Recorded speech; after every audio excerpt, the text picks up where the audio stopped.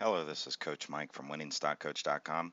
Gonna get ready with my market overview video for the upcoming trading week, the week beginning August 24th, 2015. I'm gonna start by saying it might be a little bit longer video than normal for good reason.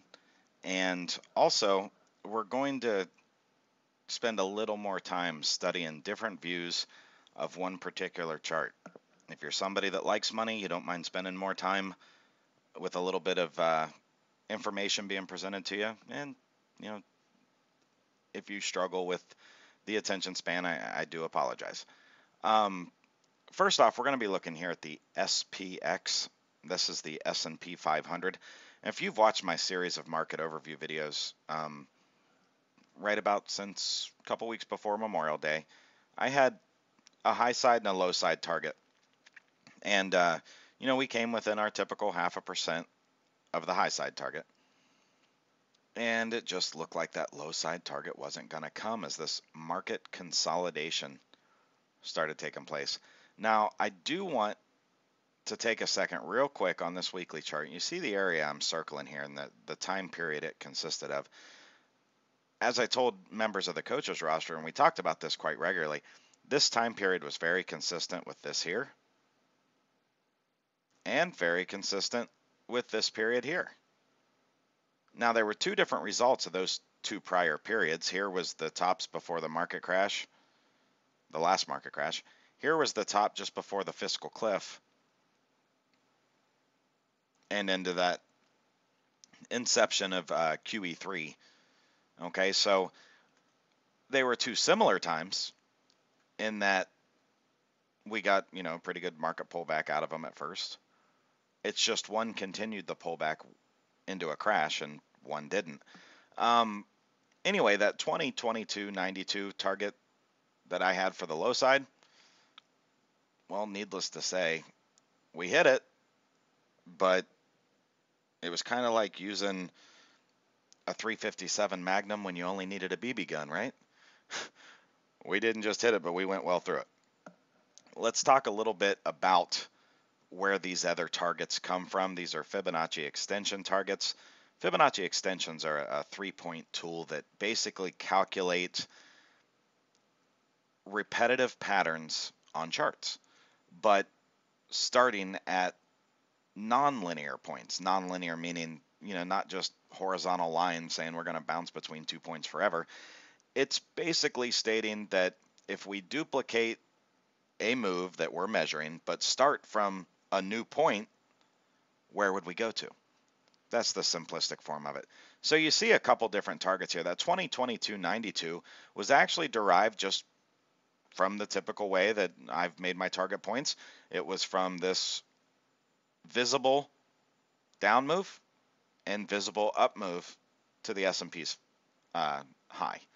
Now, in marking that, we were looking at quite literally if it duplicated this down move, the one that was made right here between December 22nd and down into February 2nd, that we would have hit that 2022.92. Now, the next point I have here, this 1936.12, if you remember back late September, early October, we made the first lower low on the weekly chart of the SPX since the fiscal cliff. That was a major pullback point, which is why I used it for my marking. So basically what we're looking at is if we duplicated the move down from 915 to the week of 1013 from our high up here in May, we would look for a target point around 1936.12. Well, then there was the last major market point came clear back here, which was actually the last true market correction. There's three terms used to define a down move in the market. There's a pullback, there's a correction, and there's a crash.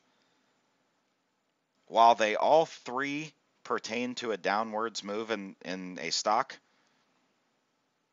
they're three completely different things. A pullback is a standard move that where from the high you pull back and go below the high by any percentage up to 8 to 10%. A market correction is a move downwards from the high. And sometimes people will generalize and just say 10%, but it's typically 8 to 12%. And then a market crash is a pullback that exceeds that. You see, in reality, we could get to this target and just be in market correction, much like down here. And as I said, this third point, that 1838.91, would be what was measured from the high of May 2nd, 2012, or 2011, I'm sorry, to the week of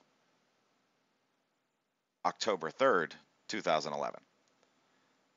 Then there was the next further back major market point, the visible up and down move where there was a change from what had been happening. That was back here, from your high in October 2007 to your low in March of 2009. And that's where this 1225.42 target comes from. Now, in our chat room, myself and members of the Coaches Roster newsletter, we've been studying together a lot of things. And though the consolidation period is, it was not the funnest thing, but it was something we were prepared for. We discussed it all the time, and we actually saw everything that we had talked about happen regularly within that consolidation range. What's funny is a couple weeks ago and last week, really, I was really stressing to them that by the end of this past week, we would not be talking about the market consolidation anymore, but that we would still need to remain kind of short term in the mindset we use for our trades. We're not really trading long term. You can't go, oh my gosh, it's going to crash and get really long term into short positions yet. And I'm going to show you why later in this video. But we needed to remain pretty short term because of many, many similarities and reactions that the market typically makes. So I just want you to keep an eye on these next two targets, 1936.12, 1838.91, as points that we could very likely come down and hit. But I also don't want you to discredit at this point an up move to right up around 21.25. And that would be about the max point I would look for. But really, right around 2060. Right around 2060 are 2 points that we could see on an up move. The 2060 would just be a retest of this major failed support. So those are kind of points that I want to study between in the upcoming week. Now I'm going to take you to a different time frame of chart right after I shrink this one down so you can see these points a little bit better. I had it on a longer time frame of a weekly chart before, so just so you can see it a little better, some points that I'm looking at that, these downward points here, still correction points.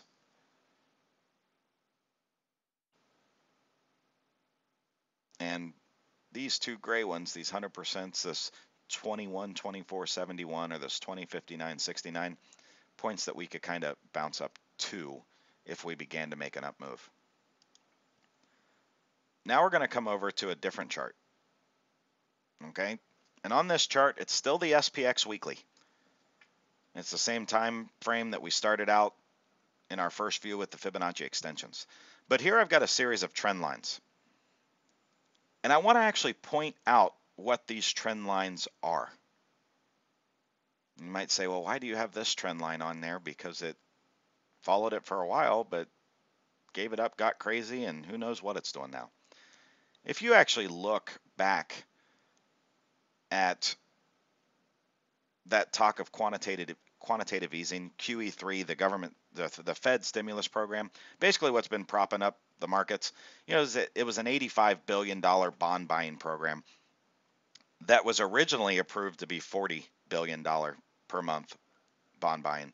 So it was also nicknamed QE Infinity because the approved amount was more than doubled, and it was just like, wow, they can pretty much do whatever they want. So anyway, this line actually started with the inception of QE3. Now, those of you that have followed the markets for a while know that October 2014 was actually the first month that QE3 had ended. And ironically, it was right at the start of that month that we failed the QE3 trend line. Now, for there to be a QE3, there has to be a QE2 and a QE1. They're both different stimulus systems that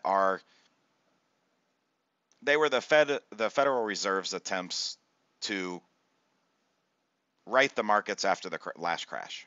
Okay, so as we bottomed out before, and what's really funny is that crash actually kind of ended November, December of 2007 or 2008, I mean, even though we hit our low in March of 2009.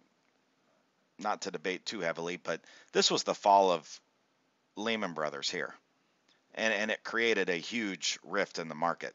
But it was actually kind of post-crash that it happened. Regardless, this was our market low, and shortly after that, we had a stimulus from the government. Okay, so taking this low, this bottom trend line, it's going to be our QE1 trend line. We're keeping it real simple. Now, if you check back in the dates, the second level of QE, we'll call it QE2, even though that's not really what it's called, was a stimulus program used to protect the no to low interest rate system. That actually came about in the fall and winter 2011 into 2013.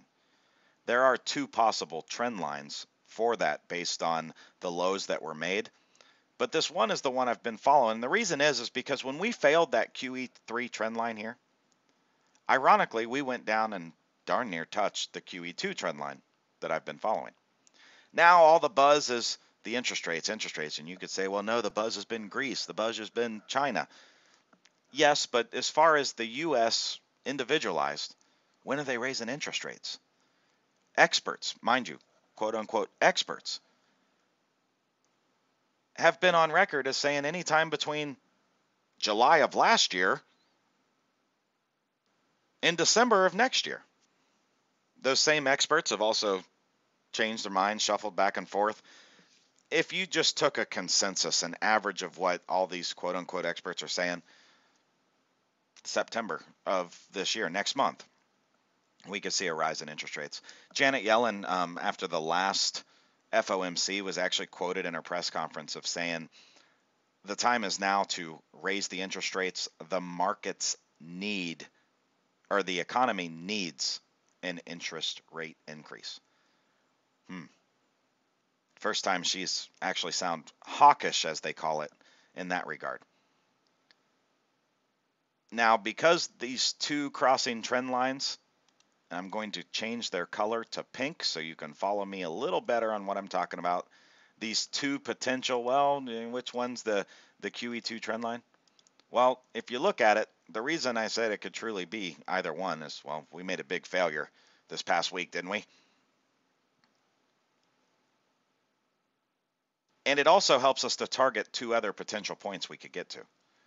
As this trend line continues to move up, I'm not going to say an exact value because, you know, if it was next week, it might be 1882. If it's 6 weeks from now, it might be 1900, 1910, as that line continues to move up that we might come down and bounce from. In which case, we would actually be looking for an up move that would retest a failed trend line before again pulling back from it, and where that trend line was once used as a support point, it would become a resistance point. That doesn't always look perfect, like, oh, it's below it, it comes up, it hits it to the penny and falls again. No. That's why I've left this line on my chart, that QE3 trend line. Because after failing it and then making a new market high and then kind of going zigzag around it, you actually see the point here on the failure again and the rise up again, where it finally said, hey, QE3 is now my resistance. QE3 is now my resistance. And it pulled back off of it. Now, back here in that late September, early October, fall of last year, we did get a lower low in all of our indices than the prior low, but we didn't have a lower low and lower high sequence, which is what we'd really be looking for to enter into that term of bear market. Now, you might have a couple different lows to go off of. You could use this low, which, hey, we've made a lower low. You could use this low, which, hey, we've made a lower low. Both led to new highs, so both would be valid arguments. But see, unlike this drop here, we had a lower high, didn't we? We pulled back off the market high made in May, and on the subsequent up move, failed to break that high.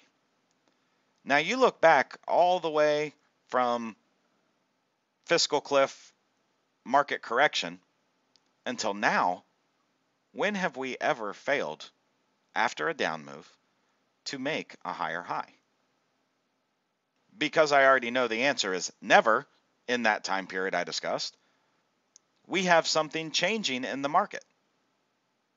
Something that would be very, very hard to debate the rebuttal side of my statement. Now, stocks don't go straight up. Stocks don't always go straight down. So you can have up moves in a downtrend. You can have down moves in an uptrend. Let's see, down moves in an uptrend. It'd be hard not to agree with me that since the market bottomed in March of 09, we've been in an uptrend. And we can clearly see there's been down moves in an uptrend. It's the trend that is the important part. And what's ironic there further is you actually need both an up and a down move to establish a trend. You need both an up and a down move to establish a trend. What am I looking for? What are members of the coaches roster looking for? What do we discuss daily in our chat room as we watch the markets and trade the markets live together? We're looking for where that up move is going to come. We've been accurate on when the acceleration was going to be on the down move. We've been accurate on how to trade the consolidation. We've been accurate on the consolidation and the points of the consolidation. And we have a lot of faith in our trade plan with still continuing our short-term mindset for where the approach would come for that up move to be made from and where it would go to where we would switch from that short-term trading mentality to a longer-term trading mentality to, again, be trading a trend. Trends aren't always up trends and then down trends. Sometimes you have sideways trends. Sometimes you have up trends that change and still continue as up trends, but the angle of the trend changes. We can see that here clearly on this chart. We had a trend that was established here. It clearly changed. How did it change? It stopped coming down to this line. And we had new trend created. Very sharp uptrend. But you can see here we also had another change in trend to sideways. Sideways right here. And after breaking below that sideways trend, we would be anticipating an up move that gave us a lower high, but would complete that sequence of needing both a down and an up move to establish a trend, so we could begin trading the direction of that trend, just like we traded this sideways trend of consolidation. Where could that up move be? You could hit the rewind button, or I'll do it for you. Right here, these two up points that we just talked about, but these are also based on if it turned around on Monday. If it goes lower than this 1970.89, we would use the same points we used to market and look for our high target from there. So as you look at these trends and what those trends actually correlated with,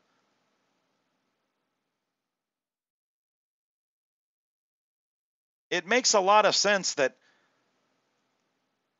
on the last payment made, the last buying of QE3, we made a bounce off the QE3 trend line. When there was no more buying of it, we failed it. And either of these two pink trend lines that could and very well will correlate with some method of the interest rates and the stimulus used to protect those interest rates, when that is dissolved, much like this, we could see a quicker flush that gets us a larger bounce. Many people think the market crash in 08 or the housing bubble collapse or the tech bubble collapse in 2001 were just completely out of the blue. These next series of charts we're going to go over is, as I said earlier, I would show you what to look for because of how regularly it's happened in the past. That would actually show you that no, that last crash was expected. The crash before that you could have clearly seen and expected it. And how I don't believe how the next crash might not look the same. And that even though we might have a couple big red candles and people that might say, oh my gosh, we're crashing, that there will still be an opportunity made to clearly see the crash setup. Now, when we think of crash, we think of huge, rapid down moves. That move on Friday on the Dow that was right about 500 points, well, that looked like huge. But the last time we crashed, we had many consecutive days of being down 800 to 1,000 points on the Dow. And we're going to go through now and talk about the points that set that up. One other thing I want to move to quickly is this chart. Again, the weekly S&P chart over the same time frame. And on this chart, I have what's called swing points. You can see these two thick green lines, the most recent being our market high close for a weekly candle. This thick green line was the highest close before the last market crash. And this thick red line was the bottom made in 2009. These thinner red lines are the weekly low closes of each down move. This is so we can clearly designate that we have made a lower low. It's not debatable at this time because it's done it. We can see that. These swing points are going to come in to be pretty handy when looking at our next chart, which will show us how that last crash and the crash before it both set up. Now, my expectation after failing this swing point here is that an up move we might make will still hold below the last failed swing point, right about this 2053.40. And a down move will take us right about here at this 1886.76, plus or minus a little bit. Might even have a wick on it like it did there, down into that 1820s level. And it'll look quite a bit accelerated, painful.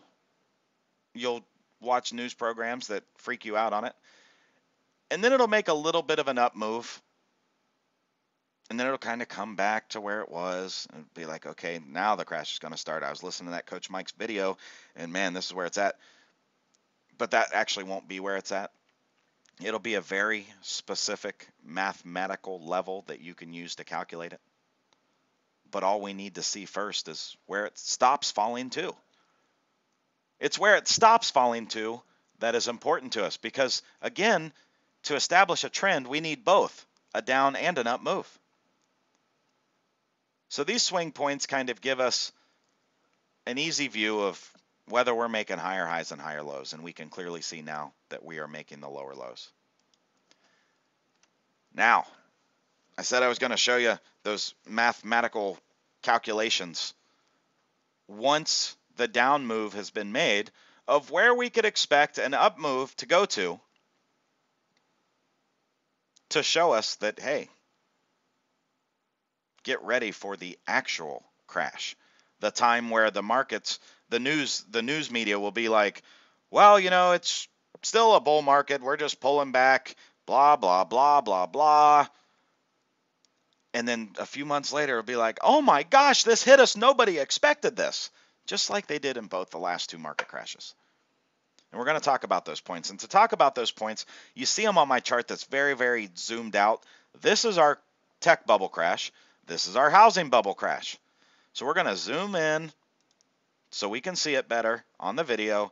And we're going to come back to the tech bubble crash using a very simple tool, Fibonacci retracements, that basically puts Fibonacci mathematical levels between 2 points. You're going to see that first, from this high close to this first low that was made, we retrace to at least the 38.2% line. Now, the important thing to factor in here is a little rule that most technical traders know by heart and look at all the time. It's called the 50% rule. And basically what that 50% rule tells us is that any move, up or down, that does not retrace more than 50% of the move that was made is showing strength in that direction. So an up move that moves $4 and does not come down more than $2 before it starts going up again is actually showing strength to move higher in the upwards direction. A down move that falls $10 and does not go up more than $5 before it begins coming down again is showing strength in the downwards direction. And that word strength, you can easily compute back to a higher probability to go higher or lower. Strength in that direction means we haven't seen the low or the high as it pertains to the 50% rule. During the tech bubble crash, we had two setups marking from this high to this first low that was made when it was like, oh my gosh, stuff just got real. We took out 3 different lows that had made in a 6-8 week strand to the downside. And we get up to this 38.2 line, and not only did we pull back, but this one was actually kind of an unrecognizable point, to be honest with you. And it wasn't recognizable until we fell through that low close point here. And as you look, and this fall continued, now I've got a set from the same high down to this all one big visible down move. If you look at this 38.2 line, you see that we came right up into it, a little bit higher than it, but began to pull. We didn't hold above it. As soon as we broke it, bam, next week, right down below it again or at it, and continued falling. And if you follow this sequence, you'll actually find that every move that was made in the downwards direction held true to this 38.2 line. It gave you the same mathematical level on every up move for where to either stop out of your short or to load up again for another fall. Now I want to fast forward. We're going to see, okay, here we go. Post crash, market's rebounding again. We start making our move and we're getting ready to break out to the upside. Here we go. Markets are great. The world is great. People are selling their houses for huge amounts. Oh. And now we're going to get over to right here. Remember that 50% rule I was talking about? Well, here using our Fibonacci retracements, the first move was a 50% retracement move. And we're basing this off the close of the candles, not the wick prices, just any high or low made within it. We want to use the close of the week because as you see here, I've got it off the highest close and the lowest close in the sequence. We made a move up of 50%. We began pulling back. Showed strength in the downwards direction. Strength, boom, we made a new low. Now, if we go to this new low and see here, Another 50% up move. Remember how I said when it looked really bad, it would actually give us kind of a fake move? It did it the last time, and here it was this time. But when we look at where that 50% move would be, and it will match up because it has, and you could go back to look at every crash in chartable history. Before the crash happened, it gave not just a pullback like it had done many times, not just a correction like it had averaged doing 1 to 2 times between each crash, but it gave the correction and then what's commonly referred to as a dead cat bounce that did not exceed the 50% rule, but it would mathematically calculate with the same move made on the first lower high. Now, October 2008. You go back to October 2008, or maybe you just remember back to then. That's when the media was like, oh my gosh, the market's crashing. We didn't expect this. How did you not expect it? It gave us the setup multiple times. And this was just when it got really bad. Well, I could put a good argument that it was already pretty bad by then. But if you even just simply go to google.com and type in, when did the market crash, the last market crash start? You would find more articles about the market crash starting in September or October of 2008 than you would for December 2007 or May 2008.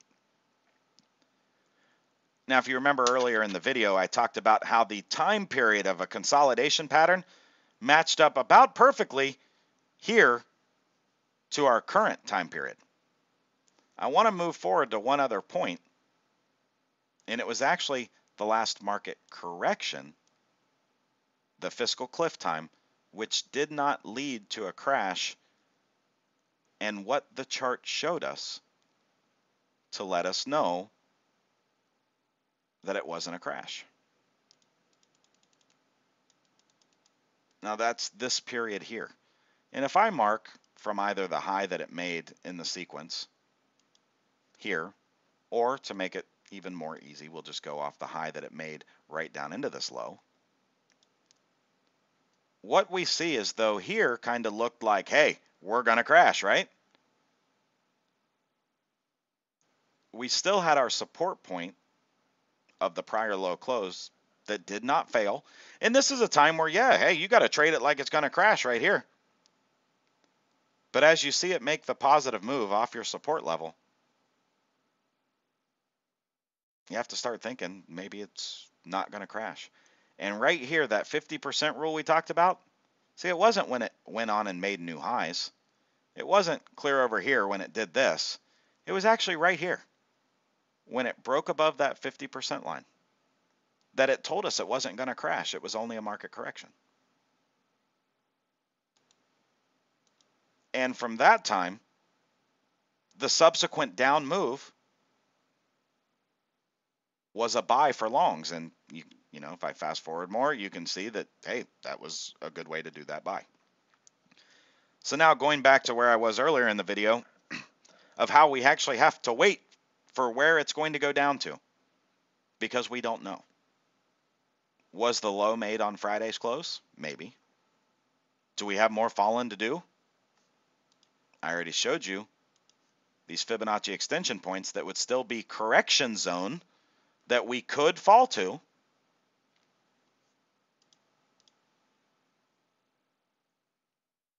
But the big point that's being made here is I know where I can start my Fibonacci retracements to look for that up move, that dead cat bounce, but I don't know where I can end it. It might be here off of Friday's close. It might come down lower, somewhere into like this.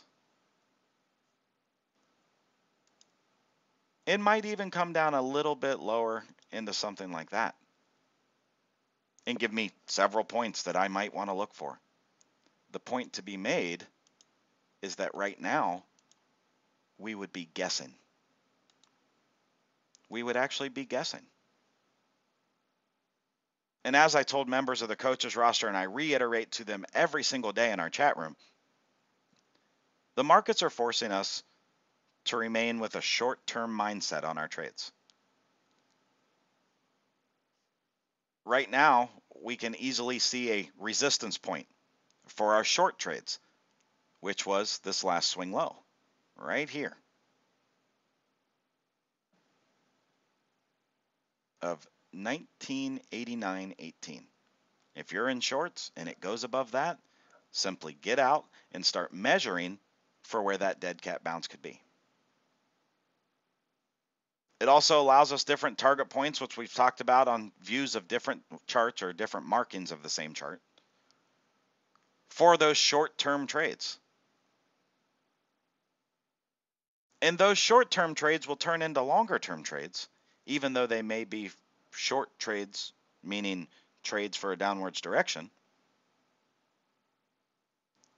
But they'll do so after a very specific signal is given. The signal we discussed with our view of this chart here. And what I want to kind of encourage you to do, and like I do to my members of the coaches roster, don't worry yourself with thinking about it. Don't think, just react. Understand what it is you're looking for. It's done it both, well, actually 3 times in just recent history. 3 times on this chart, including that market correction for the fiscal cliff here. 3 times that have given you the opportunity to clearly see how to trade it. Why would we think it won't do it this time? No matter how low it goes, which we short-term trade for, or how high it goes or seems to go on a subsequent up move. Remember, these up moves took several weeks. There's a month and a half. Here's 2.5 months.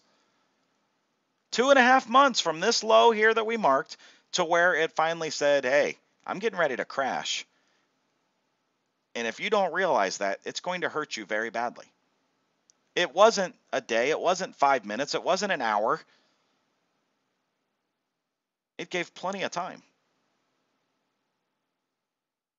Even back here with our fiscal cliff period, to the time where the signal was given that it wasn't a crash as opposed to the other two, it gave us nearly 2 months.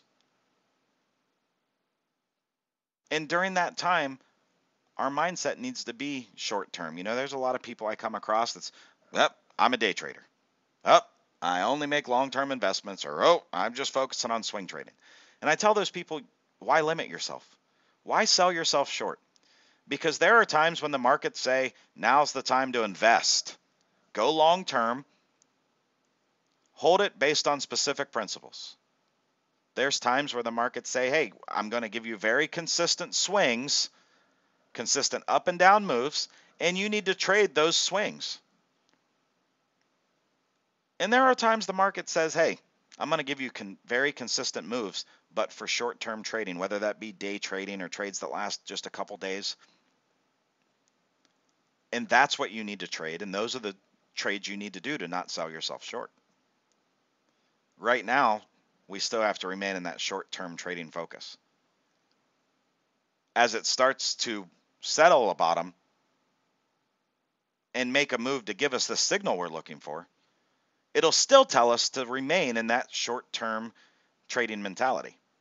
And once that signal is given, it's going to tell us to swing trade into the prior bottoms. And once those bottoms are broke, it's going to tell us to invest in the trend. This is Coach Mike with winningstockcoach.com, encouraging you to have a plan for your trade, every trade you make. Wishing you the best of luck, but I also want to let you know, for those of you that may be holding long-term investments, don't sell at the bottom. even if you get a little bit of a wiggle move. If you're holding common shares in a stock, you can buy in the money puts to protect yourself. You're basically, when you do so, entering a break-even scenario to where you're not going to make money, but you're not going to lose money either. It gives you a right to sell your shares at a strike price. If we continue downwards, that's the best advice anybody could give you, to purchase one in the money put per 100 shares of a stock that you own. But to be looking not to sell while it's falling, but for that move it's made before, and to see if that move exceeds that 50% line using your Fibonacci retracements, so that you can determine if you need to then sell on the up move or hold because the up move is actually telling you we're changing course. Good luck to y'all and God bless.